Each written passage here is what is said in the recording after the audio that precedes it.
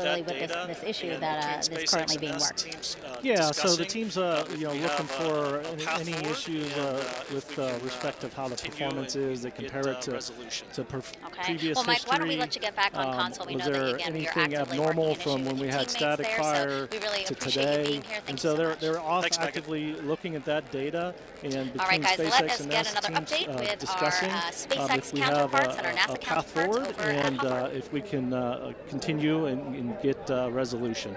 Okay. Well, Mike, why don't we let you get back on Falcon console? 9 is the first orbital-class rocket capable of reflight. Together, Falcon 9 and Falcon Heavy have completed more than 450 launches and over 380 reflights. And today, the booster will be attempting to land at Landing Zone 1, which is just down the coast from the Kennedy Space Center in Florida.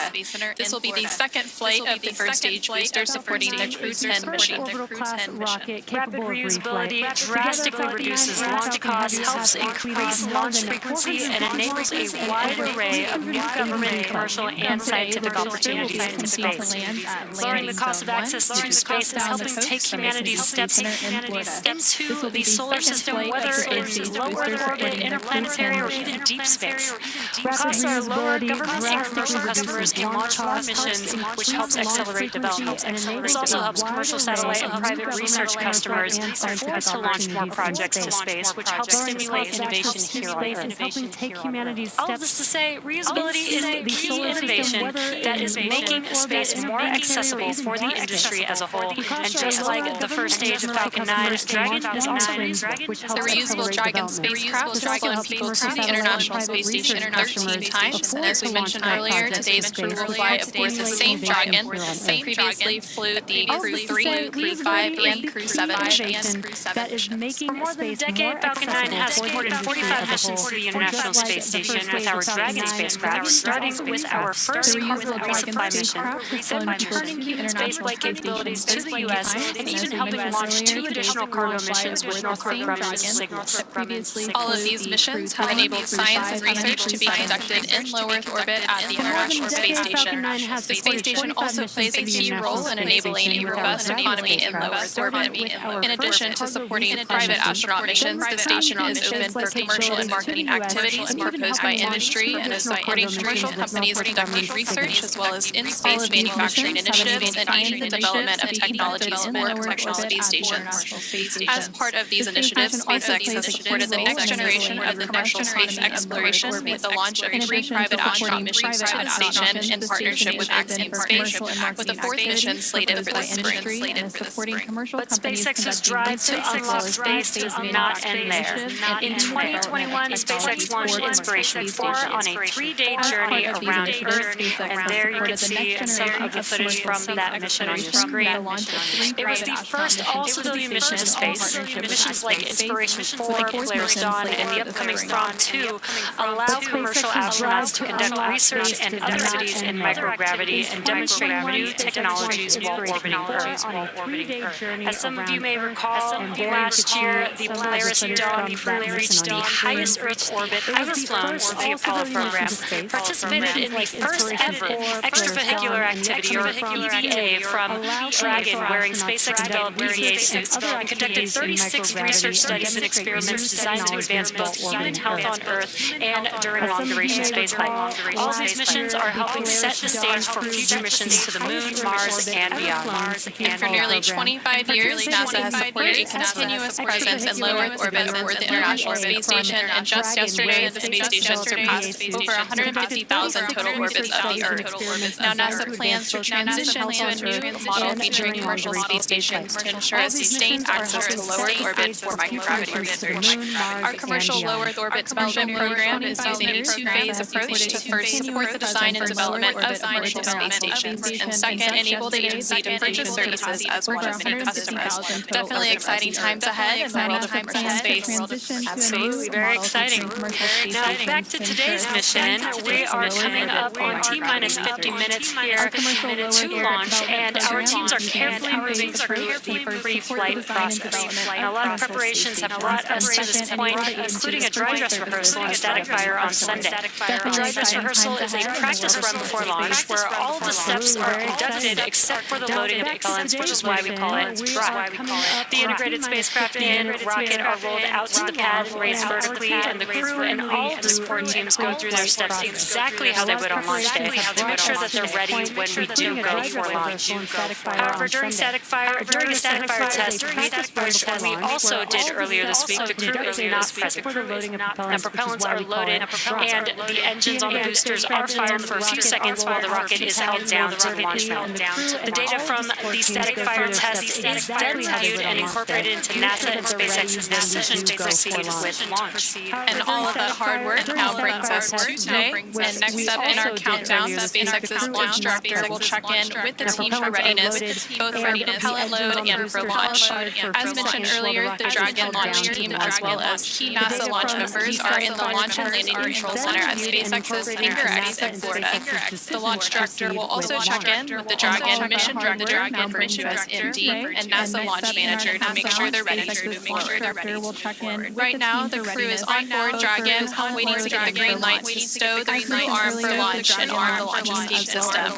Once the launch director gives the go-ahead, we should get a good view of the access arm moving away from the spacecraft. Now we're still tracking that one issue with the hydraulics, so we should hear the final decision on that before we get to that crew access arm stow. Right now, the crew is on board and the range continues to be go for launch, currently monitoring the clearance areas surrounding our launch pad, as well as the air and seat space along the flight corridor. And the weather is also looking good so far. Weather is trending in the right direction, and we're currently at a less than 5% chance of violation at our target jump time, which is great. Our teams will continue to keep an eye on the weather, and we'll have our final pre-fueling weather briefing at about T-minus 45 minutes, which is just about 3 minutes from now. And the weather is also looking and there on your screen, you can see a live view of Falcon 9 and Dragon at Launch Pad Launch Complex 39A in Florida, just under 48 minutes away from launch. We've conducted several weather briefings leading up to this moment, starting with one T-minus 48 hours a couple of days ago, proceeding into the most recent weather briefing a couple of hours ago. All of the weather continuing to look good, as Jesse mentioned. The one item they're currently tracking for weather would be on the abort corridor, but again, that looks pretty good at this moment.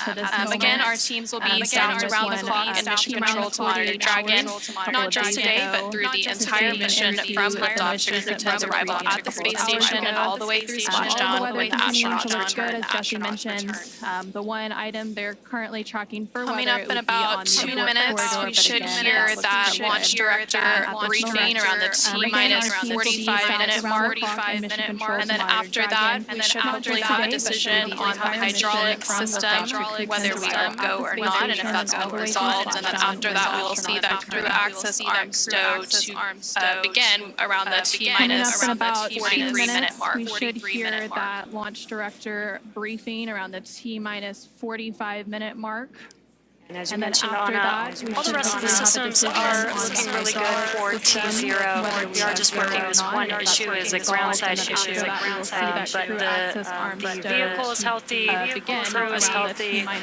They're currently strapped into their seats inside of Dragon on top of Falcon 9 as we speak right now, patiently waiting for an update. As you mentioned, Anna, and once Crew 10 does get to the International Space Station, they will, of course, have a brief handover period with Crew 9, and then after that handover, once the weather looks good for splashdown, Crew 9 will return Crew 9 shortly, bringing the end to their mission.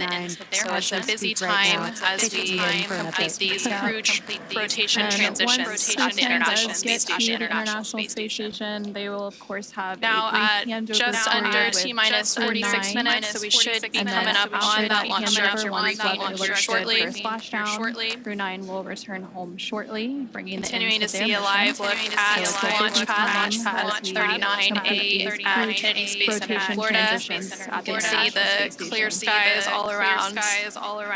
Now at just under T-minus 46 minutes, so we should be coming up on that launch director briefing here shortly. Continuing to see a live look at the launch pad 39A at Kennedy Space Center in Florida. You can see the clear skies all around. Dragon, LD on countdown 1. And a quick update there. Sounds like around the T-minus 41-minute mark, we'll get an update on that hydraulic issue that the teams have been working. Wrapping up this hydraulics issue. We'll get back to you in about another 4 minutes or so on the answer. These views are great. Like Daryl said, we might have a nice twilight launch over there in Florida. So if anybody is in Florida and able to go outside during T0 for liftoff, you might get a really cool view of the launch tonight. These views are great. Like Daryl said, we might have a nice twilight launch over there in Florida. So if anybody is in Florida and able to go outside during T0 for liftoff, you might get a really cool view that of the hydraulics issue that's been mentioned several times here now. The only issue being tracks. It's related to the hydraulics on a clamp arm, and those clamp arms are located on the transporter erector around the second stage of Falcon 9.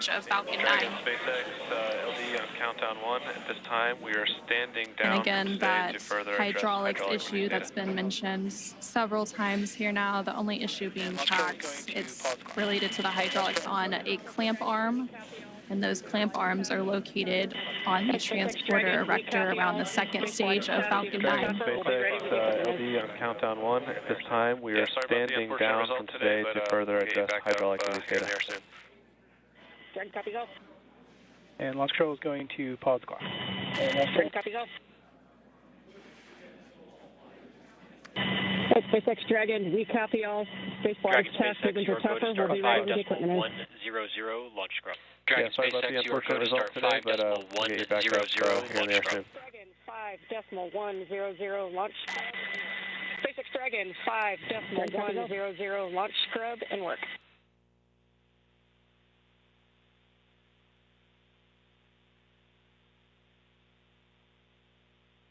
Dragon SpaceX, you are go to start 5.100 launch scrub. SpaceX Dragon 5.100 launch scrub and work.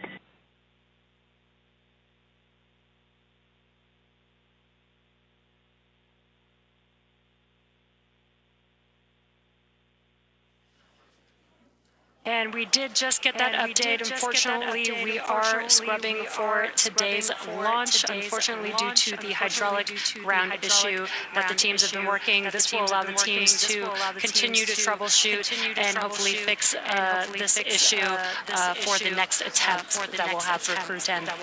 Yeah, and there's several other attempts this week. We'll see where we end up, but there's another opportunity about 24 hours from now that they can potentially take if that issue is addressed. So from here, the crew and the team will have to begin egress steps to get the crew out of Dragon, off the launch pad and back to their quarantine facility in Florida, where they'll just get a little bit more time with their families. Yeah, and the good part is we have not started loading propellants, so we don't need to offload any propellants. The vehicle is safe. The crew and the team will have to begin egress steps to get the crew out of Dragon, off the launch pad and back to their quarantine facility in Florida, where they'll just get a little bit more time with their families.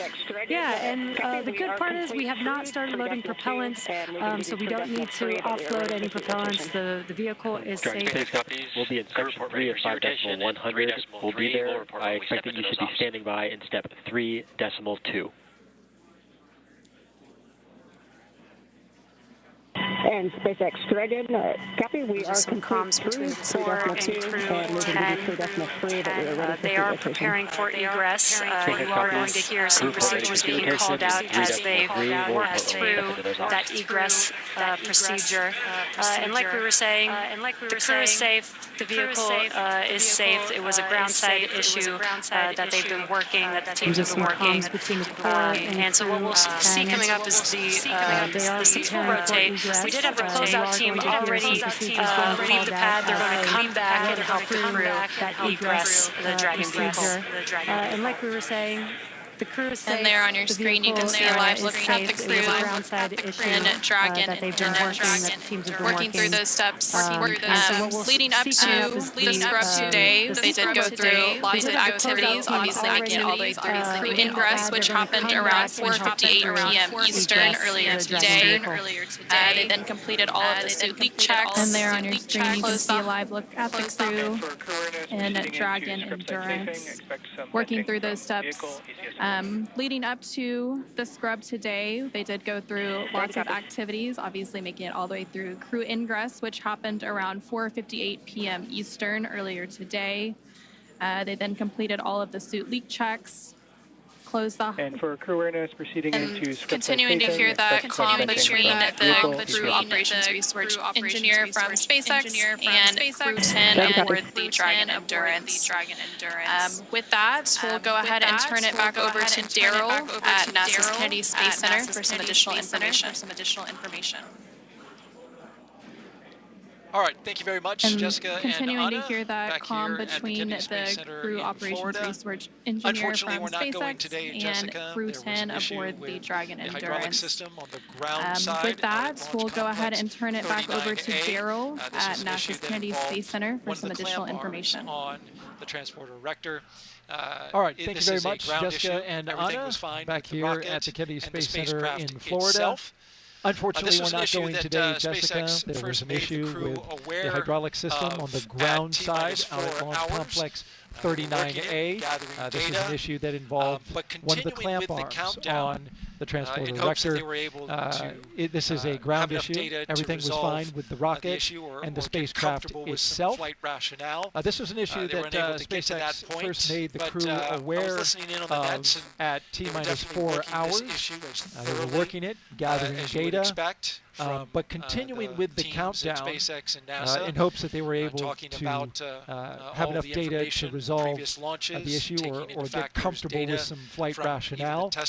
They were unable to get to that point, but I was listening in on the nets, and they were definitely working this issue as thoroughly as you would expect from the teams at SpaceX and NASA, talking about all the information, previous launches, taking into factors data from even the test fire.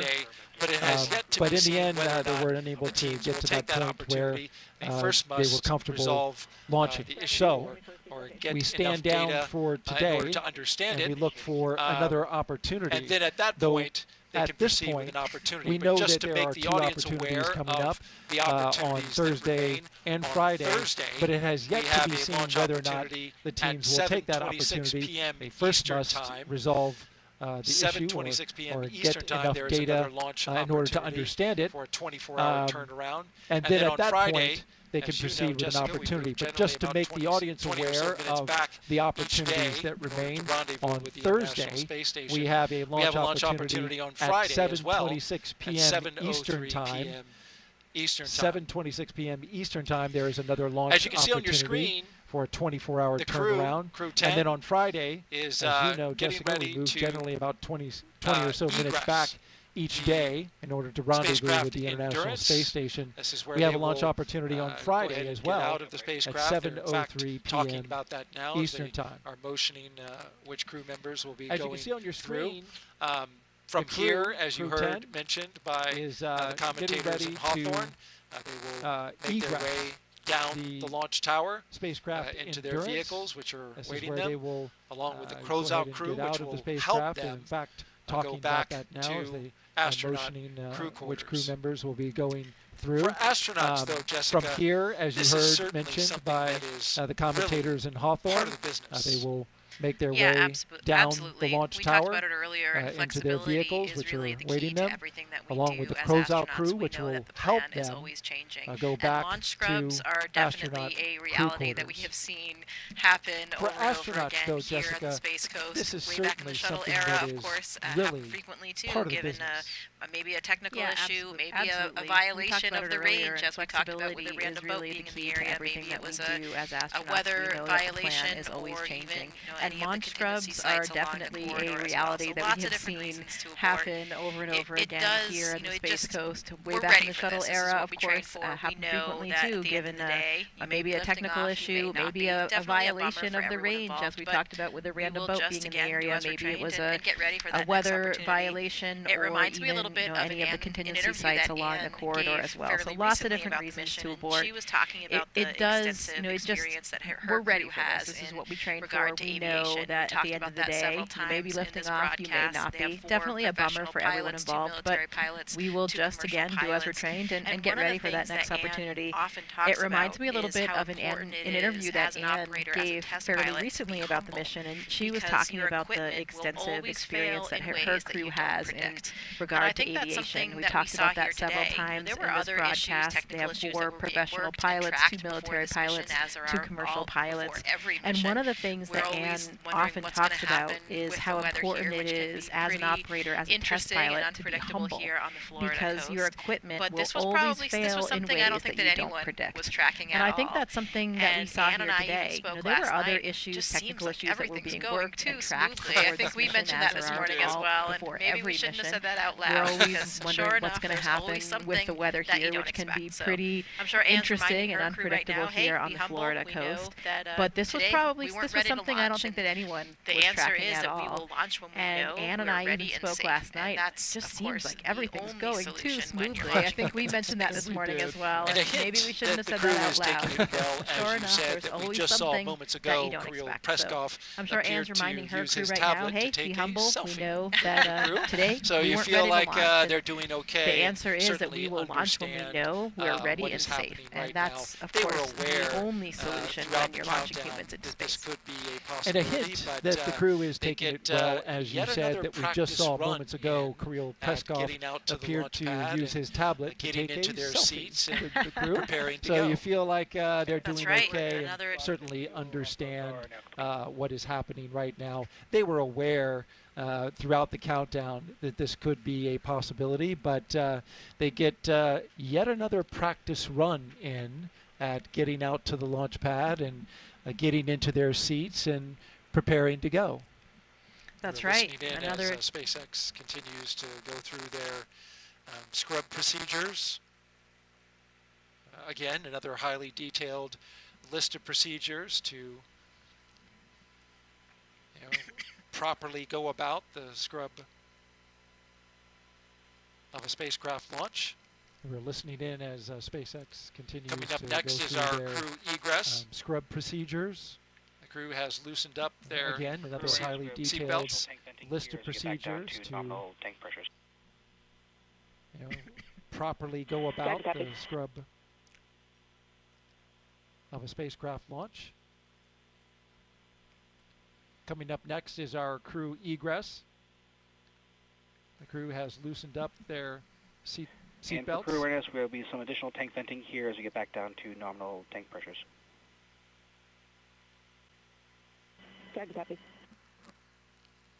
From your time in the astronaut corps, what are some stories that you've heard from astronauts that have, spent time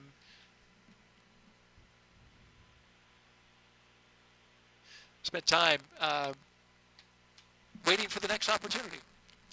Well, there's certainly a lot of stories. There were some shuttle missions that scrubbed numerous times. Over and over again. You have different launch windows for different vehicles too. Sometimes it's an instantaneous window. Sometimes you have a prolonged period. So maybe you might be able to resolve a problem in time. But in some ways, it could actually make the crew a little bit more relaxed because they've already done all of their final preparation things.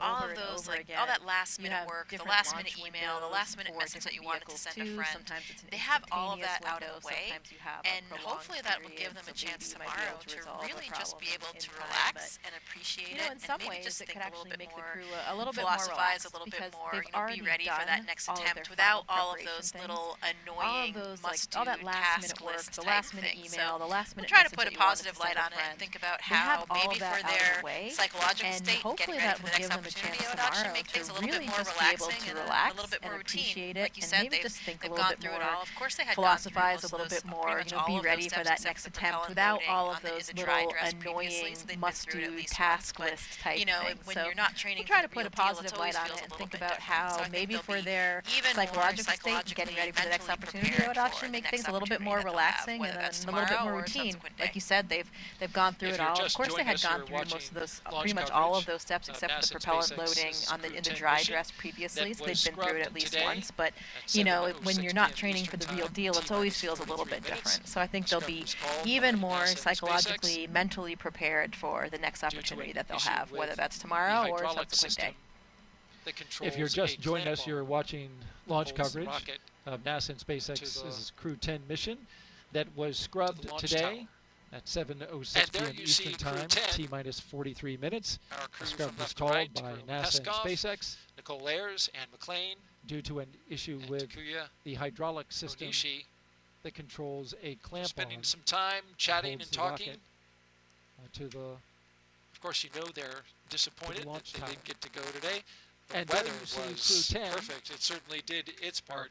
I had just heard an update prior to the scrub being called, where the launch weather officer came over the net and said, "We're clear, blue, and 22." A phrase that means, you know, clear skies, blue skies, beautiful weather, and you can see for 22 miles. And you literally can. That is the visibility today. It was setting up to be a perfect, not only launch opportunity, but also a launch viewing opportunity. We're clear, blue, but, and 22. as is often happens a phrase in the business, that means, you know, clear skies, blue skies, beautiful weather, you can see for 22 miles, and you literally can. That is the visibility today. And setting up to be a perfect, not only launch opportunity, but also a launch viewing opportunity. On the ground system. But the rocket was good to go, spacecraft was good to go, but something with the ground equipment and the hydraulic system is what's keeping us on the ground for today. As we look around, just having passed through sunset, look for an opportunity in the future. I believe we had a sunset. Are we there yet? No, we're close. Almost sunset as we orbit the launch tower there. Spacecraft was good to go. In the foreground, but something with the ground a future Starship launch tower. Is what you can see there, on the marked ground by for its today. chopstick arms at the bottom. In the background, you can see Launch Complex 39A in the tower, I believe we had where a sunset. the Falcon 9 rocket and spacecraft sunset as we orbit with our crew are still sitting inside, awaiting to be egressed in the foreground from the capsule. A future Starship and way off tower in the distance, the vehicle assembly building, marked by its chopstick arms. No, it's good food for thought here as I contemplate what I would do in this situation and think about a potential future space flight. I think it's probably a good idea to have some contingency plans, personal ones, right, about what's going to be different and what you're going to do over those next 24 hours or however long it'll be. I didn't actually speak to Anne about that. I wonder if she and her crew had anything in mind, anything planned, because the way things usually work, if you have a plan, then you won't need to use it. I think it's probably a good idea don't have a plan, some contingency plans, then personal maybe ones, in the right, case that we're in what's going today. to be So different, I'll have what to you're talk going to do over those next and 24 find out hours if or they had however long it'll anything be. planned and I didn't what actually they speak decided to Anne about that. I make use wonder of that if she and her crew had anything in mind, anything planned, because the the way things usually work, if you have a plan, then you never know. I mean, if you have a plan, then you don't have to a plan. There you go. Then maybe in the case that we're in today. So I'll have to talk to her and find out if they had anything planned and what they decided to do to make use of that interim. I could see some astronauts possibly thinking that might be bad luck if you make a plan for a scrub. As I've heard it told. You never know. I mean, if you have a plan, then you won't have to use it.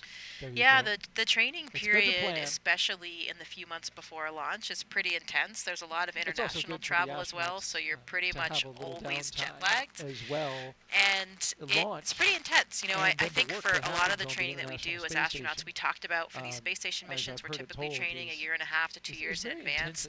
In the beginning, it's usually not as engaging, not as time-consuming, not as much travel. There's a lot of international travel as well, so you're busier, pretty much always jet-lagged. Want it the other way around. And if you think about it, everybody wants to have their training and their exposure as close to the flight as possible. So those final months do in the beginning, it's usually quite not busy. as for Anne's crew, not as there was sort of an interesting lead up. Not as they had travel, their very, but very busy really time things get periods. progressively Of course, originally they were busier, supposed to launch in unfortunately, February, we personally want it the other way around. Really pretty exhausted. If you think about it, everybody wants to have their training and their exposure as close to the flight as possible. So those final months do kind of similar that we're talking quite busy. Scrub, where I think it for Anne's crew, there was sort of an interesting lead up. They had their very busy time periods. Of course, originally they were supposed to launch in February, and they were really pretty exhausted. They had a lot of travel, a lot of things going on, but then suddenly they had this delay and they were waiting, and then they had this kind of built-in rest period,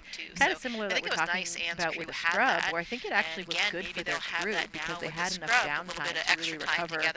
We always, as astronauts, want to be launching a well-rested crew, a well-mentally prepared crew to get to the very busy lifestyle that we have on board the space station, and just all the psychology that's involved with leaving your family and friends back home too. So I think it was nice Anne's crew had that, and again, maybe they'll have that now with the Scrub, a little bit of extra time together to kind of contemplate and prepare for their mission.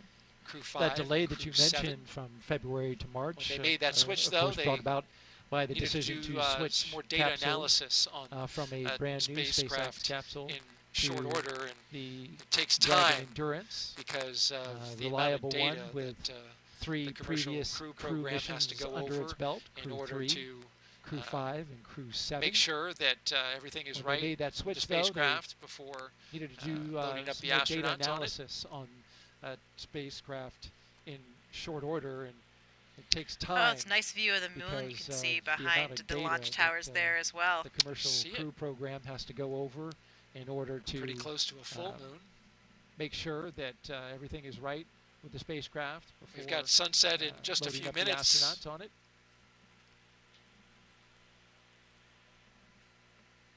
Oh, it's a nice view of the moon. You can see behind the launch towers there as well. See it. We're pretty close to a full moon. We've got sunset in just a few minutes.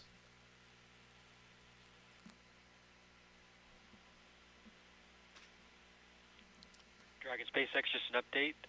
The closeout team is waiting. They have arrived at the pad, but is waiting for a go to enter the pad to come get you out of the vehicle. But I'll give you updates as they're proceeding to the base of the tower. SpaceX, Dragon copy. Thank you. Dragon SpaceX, just an update. You heard that update there from SpaceX They've to arrived the at crew the pad, but is inside. waiting for a go to enter the pad to come get you out of the vehicle. But I'll give you updates as they're proceeding to the base of the tower. SpaceX, Dragon copy. Thank you. You heard that update there from SpaceX to the crew. Of course, they have to wait before the closeout crew can Endurance ascend the launch tower there, because everything needs to be safed first before you allow people to go into the launch area. So these are standard precautions that are taken. Of course, they have to wait before the closeout crew goes crew in. Can ascend the launch tower there, because everything needs to be safed first. Props to our Kennedy Space Center Flight Operations team, though, for these beautiful images that they have been bringing us throughout today. So, going around the launch complex that are taken. We're able to see for 20 miles off in the distance, and we've had some pretty spectacular views.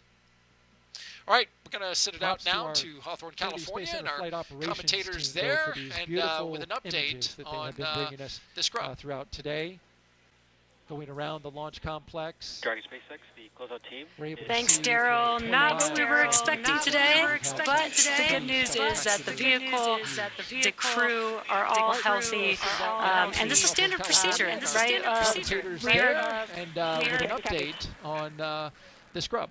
We're hearing some comms. We heard the comms that the closeout team is going to make their way back to on the crew access arm to the White Room and help the crew egress the vehicle. But they've done this before. They did this through dry dress rehearsal already when they had to go through the entire process, get into the seats, get strapped in, and then they unbuckled and egressed the Dragon spacecraft already. So this is just almost like another rehearsal for them. And again, we didn't load propellant, so that does make the egress a little bit easier today.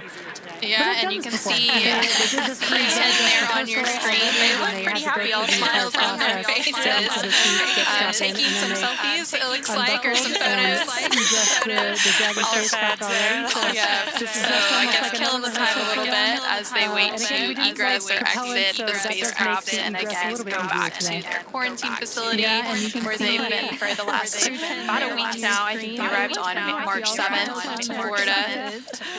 So the process takes a little bit. There's lots of people and moving parts involved to get the crew out of the capsule, get everything safe, and then drive back and get back to their location. Again, we'll continue to stand by and wait to see when we might be able to have our next launch opportunity. There's several opportunities available this week. Again, we had that scrub duty hydraulic ground issue with the clamp arm on the transporter erector. The teams will continue to look into that, do some more data and analysis, and see how they can figure out exactly what's going on with that issue.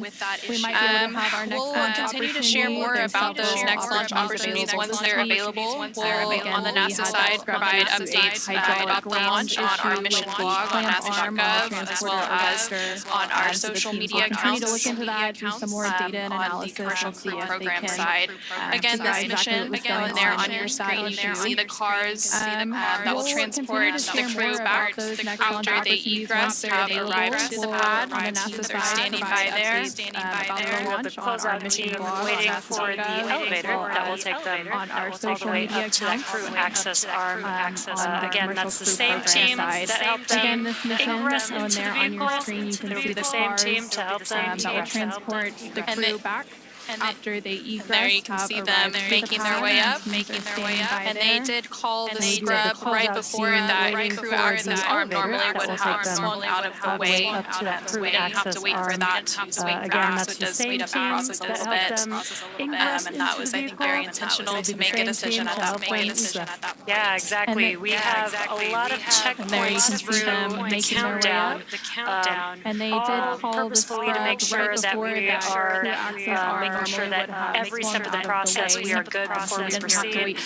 And again, just like Anne was saying, this is exactly why we do that.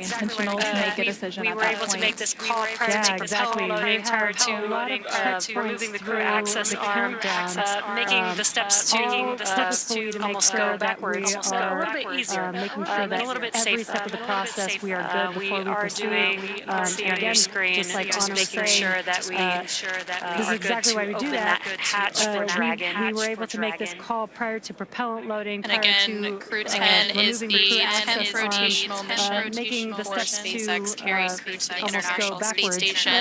Their crew currently inside Dragon that will egress soon is comprised of 2 NASA astronauts, NASA astronaut Anne McClain Ayers, as well as a JAXA astronaut, Takuya Onishi, and a Roscosmos cosmonaut. Crew 10 is the 10th rotational mission for SpaceX. And then once we do have a new launch date and a launch time, we get the crew off the pad and into orbit. They will spend, or they will have a long duration mission at the International Space Station, conducting science and research activities.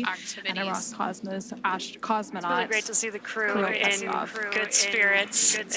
They trained for this. And then once we do have spend a lot of hours working through each one of these. Each one of these procedures needs to be the closeout team making their way across the crew access arm there over to the white room. But yeah, really this is all part of the procedure. It's really great to see the crew just in good spirits despite, unfortunately not being able to launch today. Maybe we'll have some other opportunities. But again, we will not launch unless we know that we can launch safely and reliably.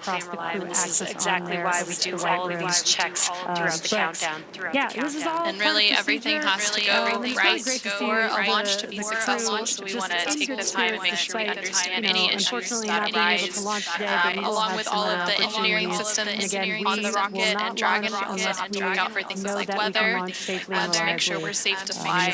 Exactly why we do all of these So again, the checks teams will throughout continue the discussing the hydraulics issue, continue looking at the weather for the next few days, when our next launch opportunity may be. Any issues that arise, Continuing to see along a with live all look of the inside the Dragon Endurance. Again, this Dragon, was we going also to have be to the look out for fourth things like flight weather, of that to make sure spacecraft we're safe that to previously fly, flew on and Crew launch 3, into Crew orbit. 5, So again, the and Crew teams will 7. continue discussing the hydraulics issue, continue looking at the weather for the Live next look few there days. at the launch pad, when the our launch complex complex 39A at the Kennedy Space Center in Florida. As the live look sun inside the Dragon like it's pretty much fully set. Again, this was going to be the fourth flight of that spacecraft. It previously flew on Crew 3, Crew 5, and there are 7. teams continuing to go down the crew access arm, safing the hatch, getting ready to open it so that they can begin the egress or exit operations in Florida for the crew and get them out one by one. It's pretty much fully set at this point.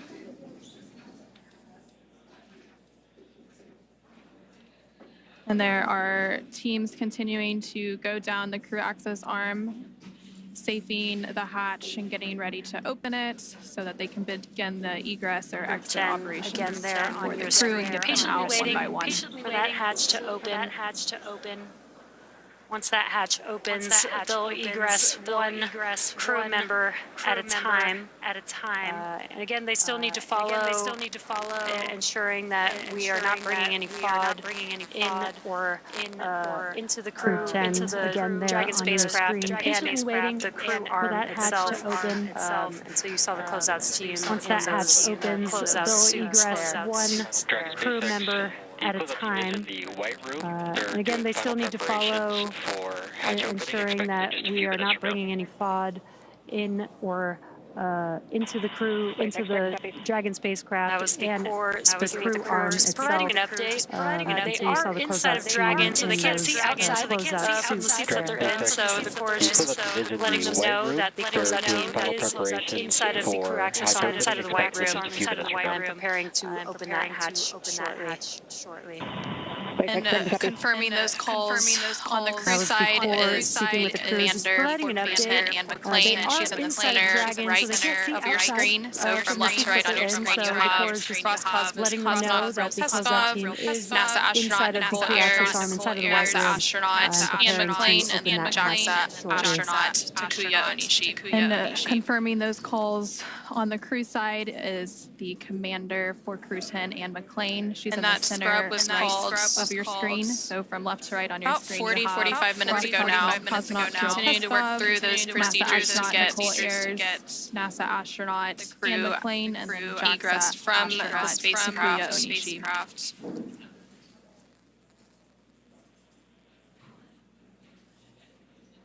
And that the launch for today was planned for 7:48 p.m. Eastern, 45 minutes ago now. p.m. Continuing to work through those and they called that scrub about 45 minutes ahead of that instantaneous launch window. The spacecraft.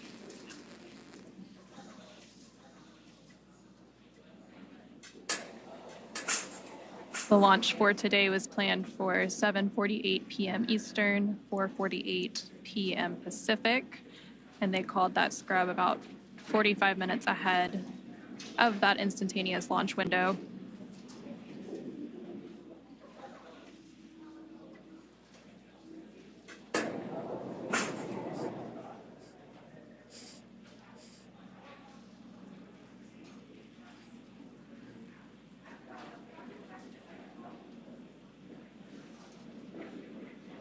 Again, if you're just now joining us, we did have a scrub for the Crew 10 launch today. Once again, the vehicle and the crew are safe and healthy.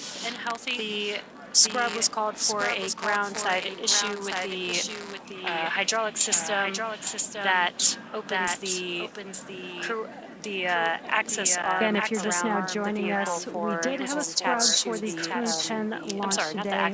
Once again, the vehicle and the crew on the transporter erector. The scrub was called for a ground-side issue with the exactly what we use. hydraulic This is system the framework that the launch team uses to make sure that all final checks are made in the right order to make sure that we have a safe safe launch. The clamp arm.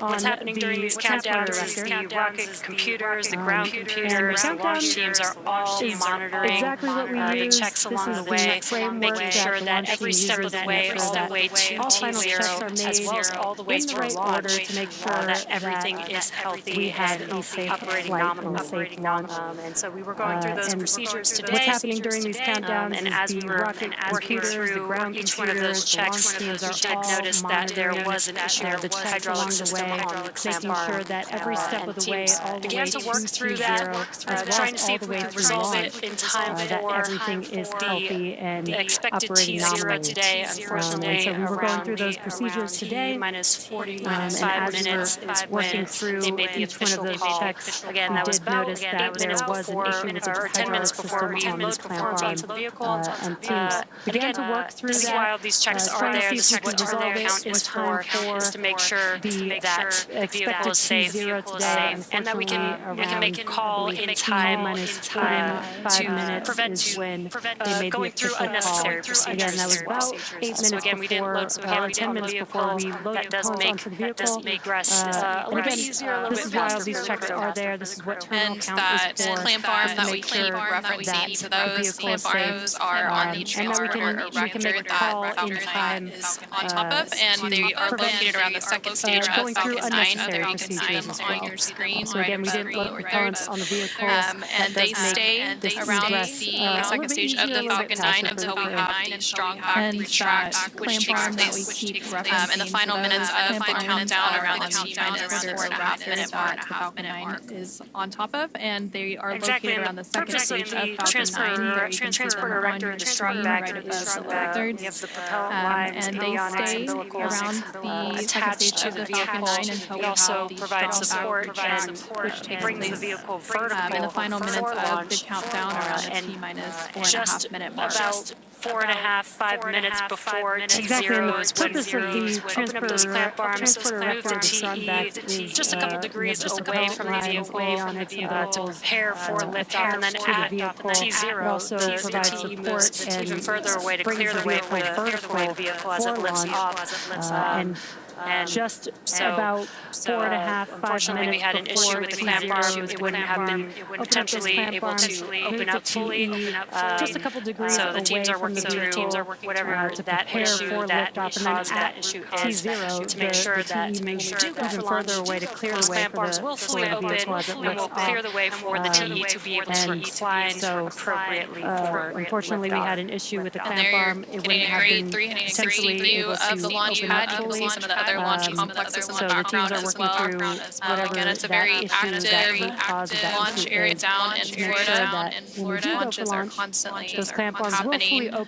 This one was scheduled to take place from Launch Complex 39A. There on your screen. And there you're getting a great Falcon 9 standing tall, Dragon atop, the other launch Crew 10 currently inside as they move through those egress procedures launch area down with the SpaceX team. Again, there is a lot of coordination that went into today's preparations leading up to the final minutes before we scrubs. Communication between the NASA teams and the SpaceX teams. Everyone working to make sure we're all on the same page. We're all comfortable and ready to launch. And of course, we'll launch once everything's top shape and we're ready to go. There is a lot of coordination to the that went International into Space Station. today's preparations leading up to the final minutes before we scrubbed. Communication between the NASA teams, the SpaceX teams, everyone is working to make sure we're all on the same page. We're all comfortable and ready to again, launch. The crew has gone through these procedures many times. There's a lot of ready to go. Fly the crews to the International Space Station. Review of all the vehicle systems prior to flight, testing, simulations that the crew works through in preparation for a launch to the International Space Station. And again, the crew has gone through these procedures the crew did go through many times. several of these before. Did a dry dress rehearsal. This is almost just like a second dry dress rehearsal for them. Testing and simulations that the crew works when the vehicle is ready, I'm sure the crew will be ready to go. Excited to go to the International Space Station. Practice makes perfect. All so of these, more practice, the better, really. Exactly. Several of these before. And the crew, there you can see on the right hand of your screen, they've been training for their mission to the International Space Station for well over a year now, getting ready for all of the different science and maintenance activities that they will do on board once they get to the International Space Station.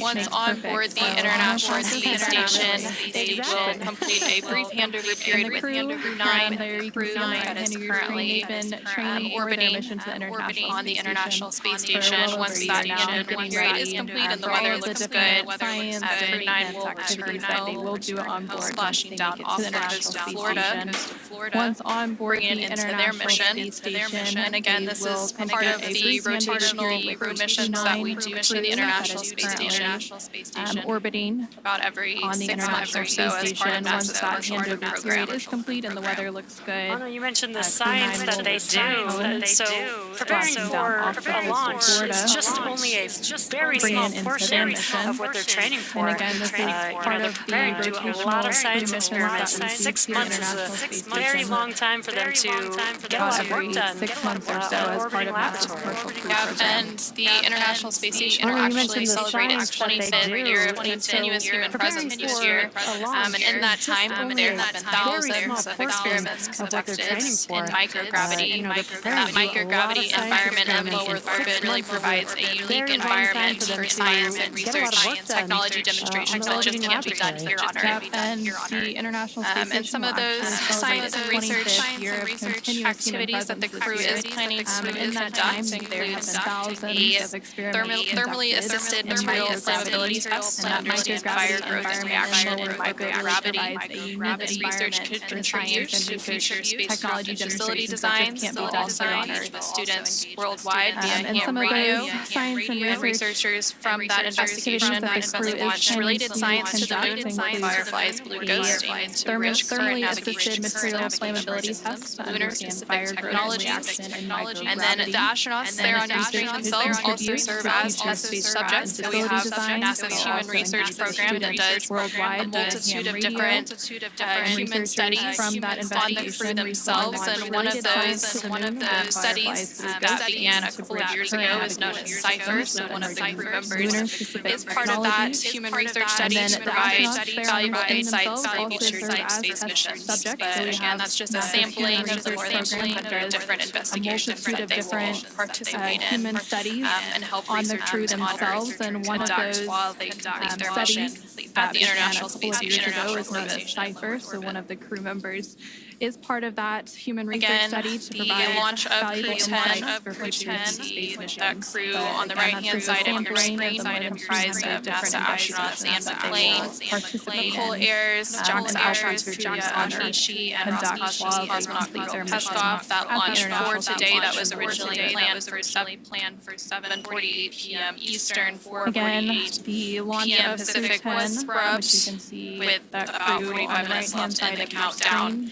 Right before the crew access arm was Nichole planned Ayers, to JAXA retract. astronaut Takuya Onishi, It was scrubbed due to a hydraulics ground issue for today that was related originally to the planned clamp for arm, which is 7:48 holding p.m. their Eastern, clamp arm 4:48 holding the p.m. Falcon 9 Pacific was rocket in scrubbed place. On the launch with pad, about 45 minutes left in the transporter countdown. erector, those Right clamp before arms the are crew access located arm around the was, second stage planned of the to Falcon 9, which you can see there now on your it was screen. scrubbed due to a hydraulics After ground that issue launch scrub was called, the related teams to the immediately clamp began arm, working which is through holding their processes clamp arm holding to the Falcon 9 egress the rocket crew in place from the on the launch spacecraft. pad or the But transporter the pad erector. team had Those already clamp left the arms pad, so are they had to drive located back around out. the second stage. They've since of arrived the to the Falcon 9, launch which you can pad, see and there they are now up on in your that crew screen. access arm that you can see on your After screen. that That is launch connected scrub to the was Dragon called, the spacecraft teams at the immediately top began of the working Falcon 9 through rockets. processes So they are working to safe the egress hatch the around crew from the spacecraft. the Dragon Endurance spacecraft. But the Once all pad that team safety had is already complete, left the pad, they so will they had open the to hatch drive and back begin out. to get the crew out one by one. arrived to the launch pad, and they are up quarters NASA's Kennedy Space Center you can see on your screen. That is connected to the Dragon spacecraft at the top of the Falcon 9 rockets. And so they are working to safe the hatch around the Dragon Endurance spacecraft. Once all that safing is complete, so leading up to today's launch attempts, the crew actually ingressed or entered the spacecraft around 4:58 p.m. Eastern, so several hours ago now. There you can see the ground crew team currently working on those leading up hatch to safety and opening operations. Crew actually ingressed or entered the spacecraft around 4:58 p.m. Eastern, so several hours ago now. There you can see the ground crew team here currently working on mission those control at SpaceX Northern California, and opening operations. communicating with the crew, just letting them know that the closeout team is there outside, just right outside of the hatch, working on opening that hatch for them. Again, they're still inside of the Dragon spacecraft, and you can see them in their seats, so they can't see what's going on outside of the vehicle, which is why the core is there to help communicate. They might be hearing some noises from the closeout team working on opening that hatch. This allows them to just know and understand what to expect, that those noises that they're hearing is expected, and that they can anticipate that hatch opening here shortly. The core is there to help communicate. They might be hearing some noises from the closeout team working on opening that hatch. This allows them to just know and understand what to expect. They're using their pad that they would use during their flight. They can anticipate that hatch opening tablets here shortly. Hold their procedures so they can, if they're wondering where, what they need to work through, what's coming up next in the procedure, they can look there on those tablets very easily. They were also taking selfies earlier. Using their pad. Maybe some good memories of what's leading up to their future launch to the International Space Station. So they can, if they're wondering where, gotta make the most of it, that's for sure. What's coming up next in the procedure, they can and the two of the crew members there on your screen are veteran astronauts. They've flown previously, so Anne McClain as well as Takuya Onishi have both been to the International Space Station before, so I'm sure they're familiar with launch scrubs and all the procedures and processes that go into that. That's for sure. Absolutely. And again, this is exactly why we go through a countdown. We have automated checks. Anne McClain as well as Takuya Onishi. We have automated checks. We have manual checks. We have a whole team in mission control here in Hawthorne that monitor the vehicle and all of its systems to make sure that everything is good. We go have a team monitoring all the ground systems to ensure everything is good. Again, if we are not 100% sure that we have manual checks. We have a whole team launch safely and reliably, we will call here in Hawthorne that monitor launch just the like we did today, and we will wait and until all of we its are ready. systems to make sure that everything is good. Backup opportunity. We have a team monitoring all the in ground next day or systems two. to ensure everything is good. Again, there are several other opportunities this week. The earliest that we are is safe, tomorrow, about 4 that we hours can from launch now. safely But and reliably. again, waiting for confirmation from the hold NASA SpaceX team. A launch just like we did today. They will and schedule we will that wait next until we are opportunity, ready whether it's with tomorrow or another sometime later this week backup or opportunity, next. hopefully, And there on your next screen, day you or can see two. the closeout team. Again, there are several other opportunities to this open the week. hatch. Is tomorrow about 24 hours from now, but once the hatch again, waiting is for open, the confirmation crew will from the begin NASA exiting teams one by one with on some assistance from those they will ground schedule teams. that next opportunity, whether it's tomorrow or sometime later this week. Just by the number of people you can see on your screen there, you can see just how big of an operation it is to launch people. SpaceX, stand by for side hatch open. And once the hatch is open, the crew will begin exiting one by one with some assistance from those ground teams. Dragon SpaceX, hatch is open, so we'll be handing you off to the closeout team for egress. And just by the number of people you can see on your screen there, you can see just how big of an operation it is to launch people. Dragon SpaceX, stand by for side hatch open. SpaceX Dragon, we copy. We see the closeout crew. Great working with you today. SpaceX Dragon, copy. For the whole team, I know it was a lot of work to try to get it to go, but like I said earlier, we'll be ready when the equipment And Dragon SpaceX, hatch is open, so we'll be handing you off to the closeout team for egress. Sorry we couldn't get you off today, but we'll speak to you soon and look forward to trying it again.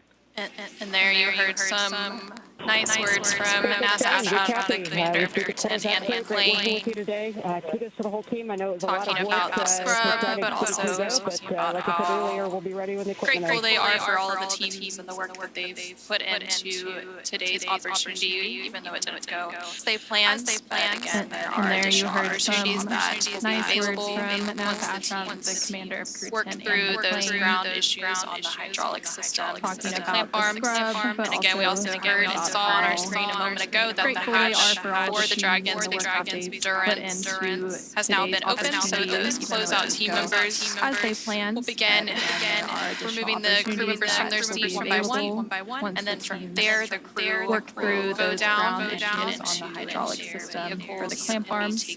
And again, we also heard and saw on our screen a moment ago that the hatch for the Dragon Spacecraft Endurance has now been opened, so those closeout team members, when that hatch opened, they went to the closeout team, the team that they've been working with for many months. So they're very familiar with each other. And as Anna, you were mentioning, there's a lot of teams involved with a launch like this. Several teams helping to make a crew launch like this happen. The closeout team working with the crew side by side. Obviously, the crew itself, many months. So they're very familiar with each other. Team that's trained the crew for there's a lot of teams involved. There's a lot of training, NASA, science. So there's several teams that are involved with a mission like today's. The closeout team and working with the crew side by side. It's okay that we're not going today. We will go when every single one of those teams is ready to go. And we also have the SpaceX mission control here in Hawthorne, as well as NASA's mission control team for the International Space Station in Texas, as well as the launch control teams in Florida. So really a huge undertaking to launch humans to space successfully. Every single one of those teams is been launching people now to the International Space Station for almost 25 years with that 25th anniversary of human presence for the International Space Station in Houston, Texas, as well as the launch control teams in Florida.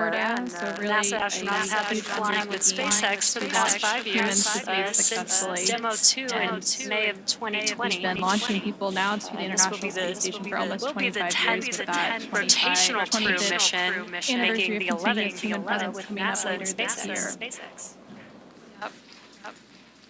Yeah, and those NASA crew rotations, they're also intricately timed, so the crews typically spend around 6 months before the International Space Station once they get up there. So the current crew rotation that's up there is Crew 9, which is the 9th rotational crew mission for SpaceX flying NASA astronauts to the International Space Station.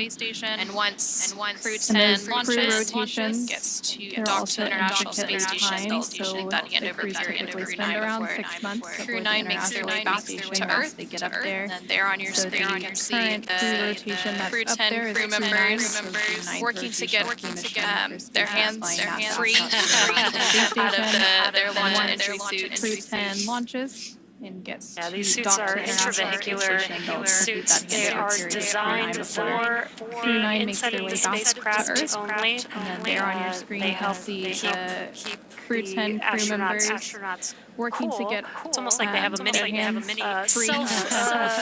system, but it also helps protect the crew in case of a cabin depressurization they are designed for launch. Being inside of the spacecraft they're not going to egress the astronauts egress.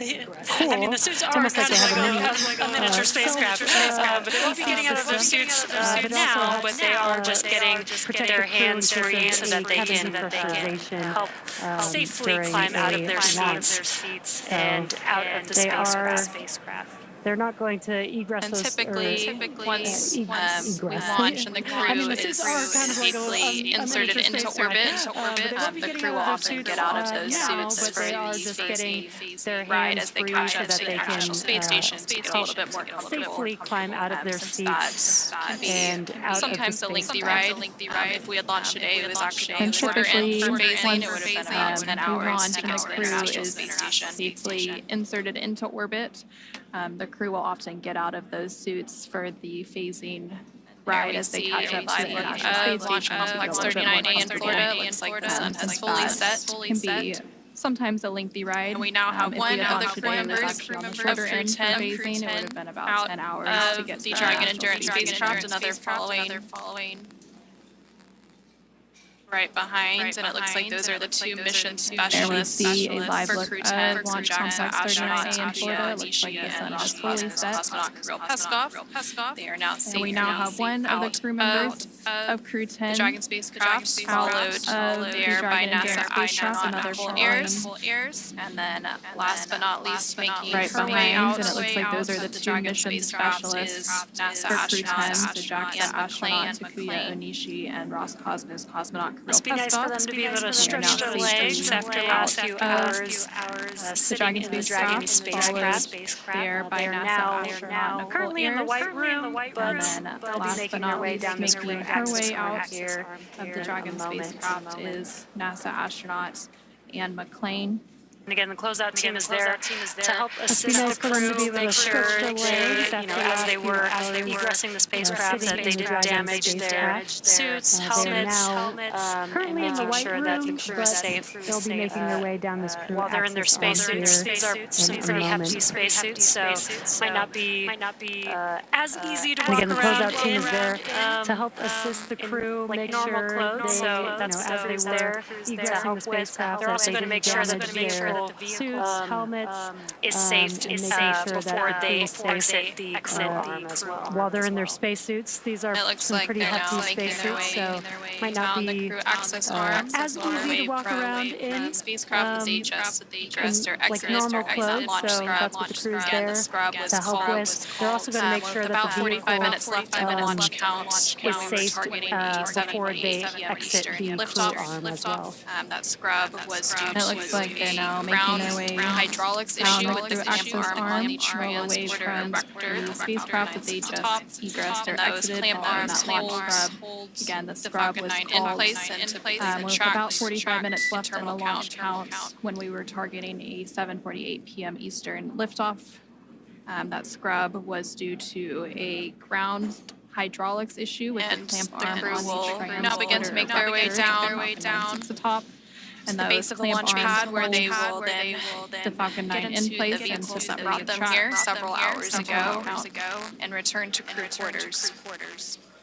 Once they're back at crew quarters, they'll likely have some meetings with some of the SpaceX and NASA teams to talk future the crew will now begin to make their way down for their launch.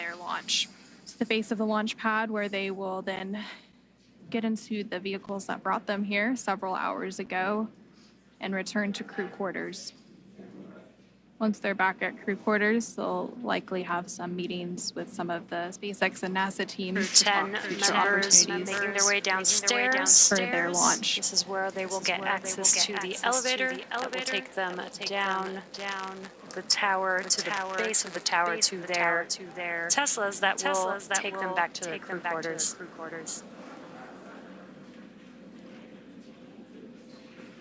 Crew 10 members making their way downstairs. This is where they will get access to the elevator that will take them down the tower to the base of the tower to their Teslas that will take them back to their crew quarters. Looks like several members of the closeout team are following right behind them. Getting into the elevator that'll take them down to their vehicles, and then they will drive off back to crew quarters at NASA's Kennedy Space Center in Florida, and there you're seeing a live look of several members of the vehicles standing by for them. Again, right behind them.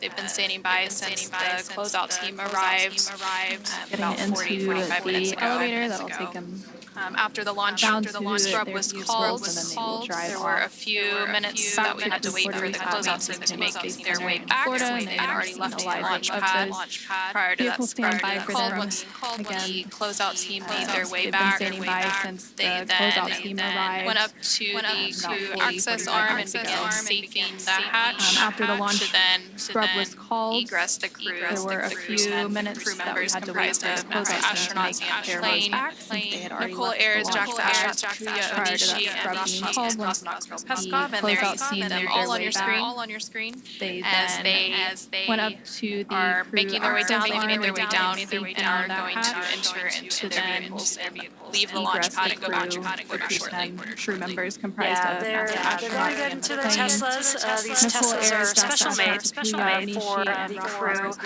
where they have the ability to attach their umbilicals to help keep cool air flowing through their suits. Making their way down, they've made their way down, and are those Teslas. Again, they'll make their way back down to their crew quarters, where they will stay quarantined until their Teslas. These Teslas are next launch opportunity, and there you can see where now they have the ability to attach their umbilicals to help keep cool air flowing through their suits. That's going to wrap it up for us here in Hawthorne, California. Those Teslas, again, they'll make their way back down to their crew quarters, where they will stay quarantined until they have their next launch opportunity. And there you can see the crew now ingressing. It's unfortunate that we did not launch today, but again, it's better to be safe and make sure that we're ready.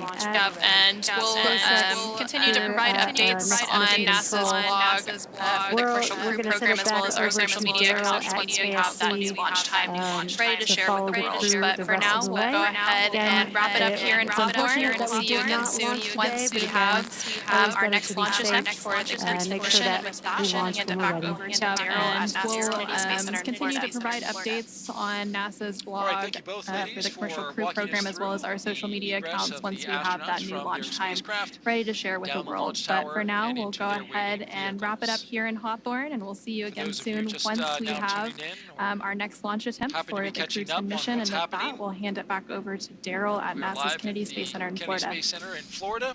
All right, thank you both, ladies, for walking us through the egress of the astronauts from their spacecraft down the launch tower and into their waiting vehicles. We're scheduled to launch with a T0. For those of you just now tuning in or happen to be catching up on what's happening, however, we are live at the Kennedy Space Center in Florida, watching Crew 10 make their way back from a launch attempt at Complex 39A. Arm system. They were scheduled to launch with a T0 of 7:48 and 57 seconds p.m. Eastern time. Strong back. However, the launch was scrubbed less than an hour before that NASA and SpaceX teams due to an apparent hydraulic problem with the launch pad 39A Falcon 9 hold-down clamp arm system. Our system that holds one cosmonaut the rocket to leaving their rocket strong back for another day.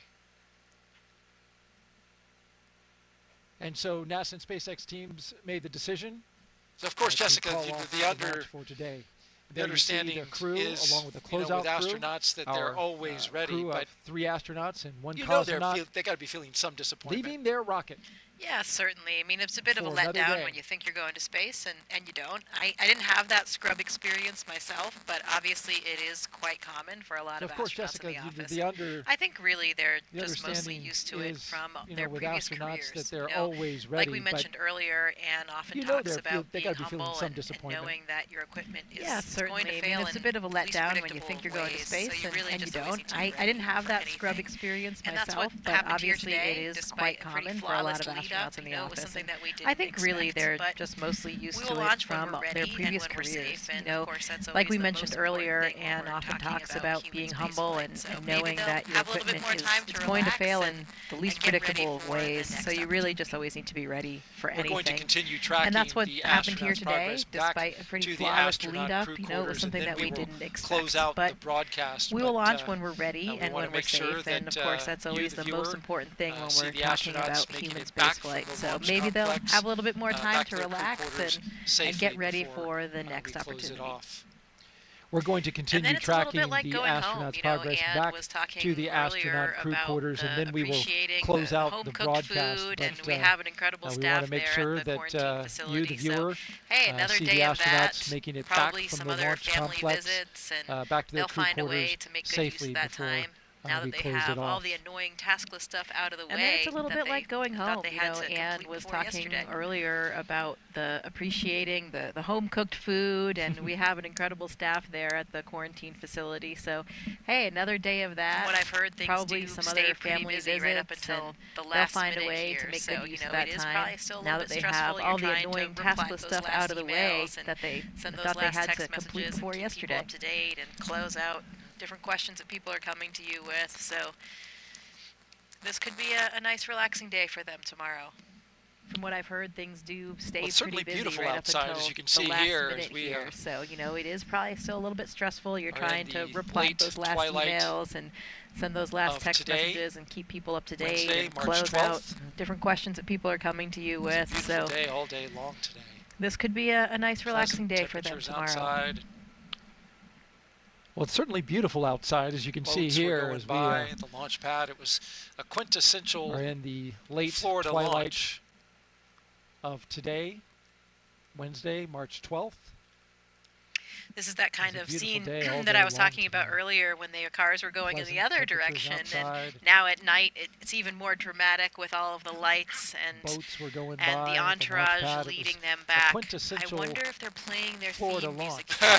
Maybe not. Maybe this time they're kind of sitting in silence. And will they play the same songs on the next opportunity? That's that I was another talking answer about earlier when the cars were going in the other direction. It's an opportunity to change now up at your night, playlist it's if even you more dramatic got the with time all to do the so. lights and the entourage leading them back. I wonder if they're playing their theme music again. Maybe not. Maybe this time they're kind of sitting in silence. And will they play the same songs on the next opportunity? That's another answer I'll have to find out. Yeah. I mean, it's an opportunity to change up your playlist if you got the time to do so. Faced with delays that they knew were going to be long, they had use of the astronaut beach house. And there were opportunities to spend a little more time out there, and families were on hand. So historically speaking, yeah, there could be. We still do use the beach house in this pre-launch quarantine period where the astronauts will go out there with their families, and it's a really nice, use of the iconic, beach idyllic, house. gorgeous setting if you've ever seen it. There were nice opportunities to spend a little more time out there, and it just has that real beach house families vibe were on that's hand, pretty relaxing. So I'm not sure whether or not they'll get another opportunity. Yeah, there could be. We still do use the beach house in this pre-launch quarantine period where the astronauts will go out there with their families, and it's a really nice, iconic, idyllic, gorgeous setting if you've ever seen it. Nice access to the beach and to the ocean, and it just has that real beach house vibe that's pretty relaxing. So I'm not sure whether or not they'll get another opportunity to do that, but it's so natural. Always a good option. The only really significant thing that you see is towering launch pads off in the distance. But we like that. But that's right. Around here, we like that. The solitude. But it's so pristine, and because obviously this is a national wildlife the way refuge, Florida looked, and it's a secure area. Anything came around. It's so natural. There's so much solitude out there. It's the only really so significant thing that you see is you see towering launch pads off in the distance. Waving in the breeze but we like between the beach and the beach Around house. here, we like that. You know, actually, my parents had a place just a little bit further up the coast here, so same kind of familiar coastline. And my mom was always commenting on the sea oats and how beautiful they were, and it's so nice to keep all those natural elements. So isolated. Yeah, they don't get a chance to go out there and relax, and maybe they can in the breeze between use those the images and that the they had when they were out there actually, my parents had a place just a little bit further up the coast here, so same kind of familiar coastline, and my mom was always commenting on the sea oats and how beautiful they were, and it's so nice to keep all those natural elements. So it's hard. They don't get a chance to go out there and relax, and maybe they can use those images that they had when they were out there earlier this week and get into a relaxing kind of state of mind. That's the one thing about the ocean, right? There's always just something so relaxing about looking at the water. Launch operations. It is so true. Peace and tranquility. We don't know if that's where they're headed. It's hard to not have that wash over you when you're out there gazing over the ocean. And that is just what the doctor ordered. Whether or not their crews are tired from a long day of whether or launch not they have operations and preparations. To move forward with but we don't know if that's where they're headed at this time. Of course, we'll have updates for you. Stay tuned to our the decision has yet to be made about when the next opportunity will be, as we drive whether or not there the other direction do some work away from the vehicle that's required, or whether or not they have enough data here to move forward with flight rationale. Complex. Of course, we'll have updates for you. Stay tuned to our social media channels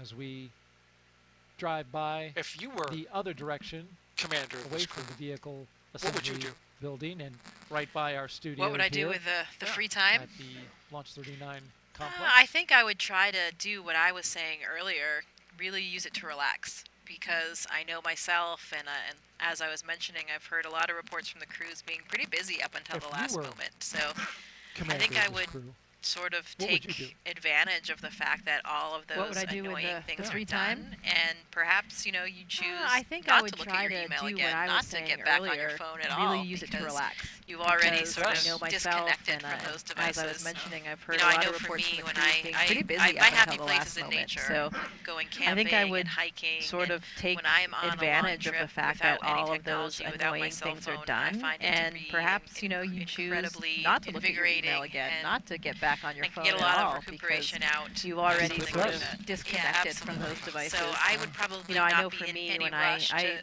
turn my phone back on.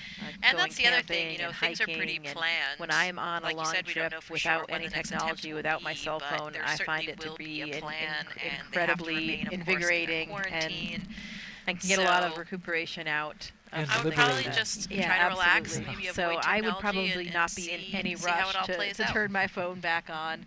And that's the other thing, things are pretty planned.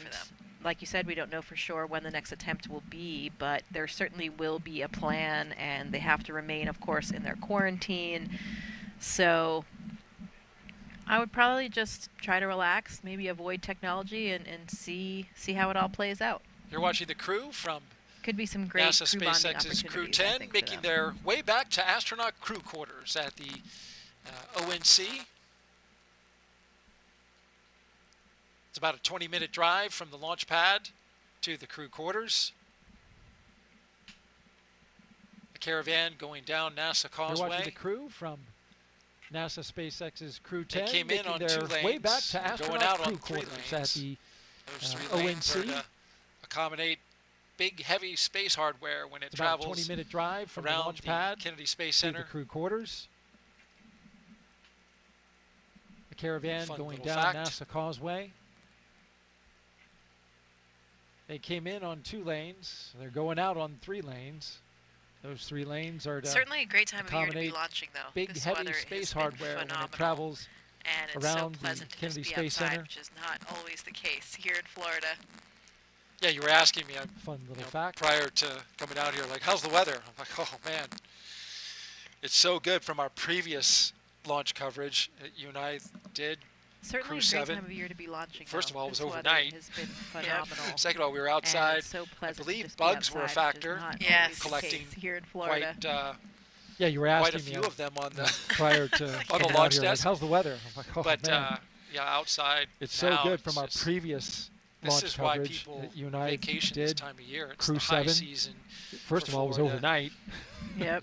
Second of all, we were outside. This is the place to be. I believe bugs were a factor. Yeah. Collecting quite We have quite a few of them about on 6 to 7 months of summer on the launch deck every but, year. So outside I cherish these days in February and March. Vacation. Yeah, we know how that feels in Houston too. Oh yes, you do. We've been pretty fortunate with the weather there lately as well. This is the place to be because we have just about 6 to 7 months of summer every year. So I cherish these days in February and March. Yeah, we know how that feels in Houston too. Oh yes, you do. We've been pretty fortunate with the weather there lately as well.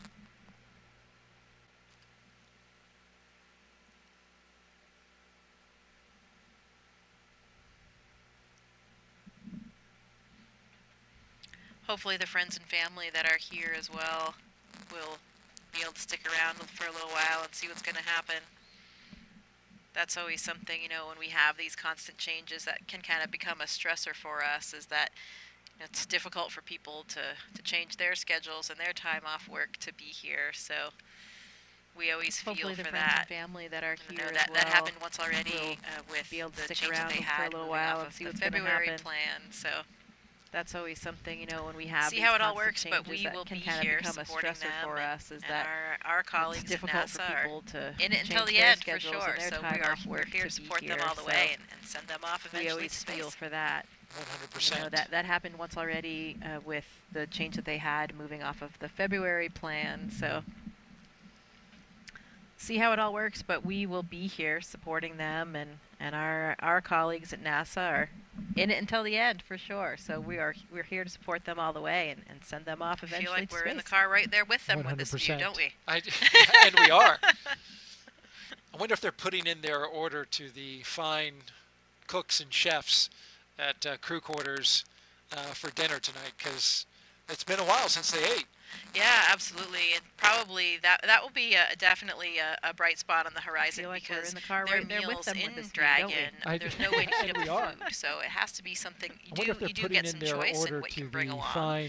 You can cooks and chefs you can bring along some of the elements of our standard food menu that we have on ISS, and some other kind of off-the-shelf varieties as well. Probably but that will be definitely a bright spot on the horizon, because their meals at least in they will Dragon, have a hot meal there's no way to tonight, heat up the they food, wouldn't have so had it has to be on something Dragon. you do get some choice in what you can bring along. A little bit less you fun can when your use, food's not floating. You can bring along some of the elements of our standard food menu that we have on ISS, and some other kind of off-the-shelf varieties as well. But there's no way to heat it, so you have to have something that tastes good at the ambient temperature. So at least they will have a hot meal tonight, which they wouldn't have had otherwise. You and I, as parents of toddlers, are currently a little bit less fun when your food's not floating, though, I have to say. There is that it fun would be a factor. different ballgame with a toddler. Absolutely. It's room temperature, all of the but food was floating. capturing it out of imagine midair. that. Imagine that. Yeah, it's okay to play Wouldn't with your that be food like in space. such an Don't tell impetus your to kids. get them to eat? Toddlers in space would be cute, but very as messy. Parents of toddlers are currently doing. Yeah, exactly. It would be a different ballgame with a toddler if all of the food was floating. Oh, imagine that. Can you imagine that? Wouldn't that be like such an impetus? To Well, I get know them that would to be top eat? on my list when you asked what I would be Toddlers in doing space if I were the commander and had a scrub. That but would be very definitely messy. some squeezing No and doubt about cuddling that. of my toddler. No doubt. You've got a young one at a precious age, as do I. Enjoying every moment of that. Well, I know that would be top Soon on my it list when gets you a asked what little- I would get be a little doing confusing if for I them, were though. the commander and had a Yeah, child. That I would know, be right? Definitely Right. some squeezing Especially and at that cuddling age of where my toddler. You know, it's difficult to completely No doubt. understand. You've got a young one at a precious age, as do I. Well, we have arrived Enjoying back where we started. every at moment astronaut of crew that. quarters, as the gull-wing doors Assume open up. it would get a little There you confusing see for our them, though. Yeah, Lieutenant I crew know, members. right. Especially at that waving age to somebody where, who's out you know, there. it's difficult to completely Looking understand slightly less what enthusiastic. your mom or dad is saying. But that's Well, okay. we They have will arrived. fly Back where eventually. we started. This At we know. astronaut crew quarters. As the It's gull-wing just a doors matter open of up. figuring out when. And there you see our Crew 10 crew members. As they hustle into the doors. Waving to somebody who's out there. Yep. Looking slightly less enthusiastic. Folks, that's going to do it for us today. But that's okay. They will fly. We really appreciate you joining us for this launch attempt yes, we know. Of NASA and SpaceX's just Crew a matter 10 of figuring launch out to the when. International Space Station. Thank you so much, Jessica, for being here with us on this first attempt. You'll be with us on the next one. We greatly appreciate that as well. Yeah, thank you. It is a folks, pleasure, really an honor to be it here for supporting us my colleagues today. on their journey to We really space. appreciate And this is you all just joining part us of the journey. for this launch Everyone's attempt different. Of NASA and SpaceX. Just to recap really quickly, we had launch to the International Space Station. Thank you so much, Jessica, for being here with us on this first attempt. You'll be with us on the next one. We greatly appreciate that as well. Yeah, thank you. It is a pleasure, really an honor to be here supporting my colleagues on their journey to space, and this is all just part of the journey. Everyone's is different. Absolutely. Just to recap really quickly, we had an issue with some ground equipment, the hydraulic equipment that controls the clamp arms on the Falcon 9 transporter erector. There's the rocket to the pad. It releases about 4.5 minutes. There was an issue, and they're going to look at that, look at the data, and then decide whether or not to have some work to do or maybe some further data reviews before they decide on a launch date. So make sure you stay tuned to updates that we will have for you. Just head to nasa.gov/blogs/Crew 10. You see it at the bottom of your screen there. We'll have all the information you need to know once we have that available on the next launch attempt. For everybody here at NASA and SpaceX, I'm Daryl Nail for Jessica Muir. We'll see you next time.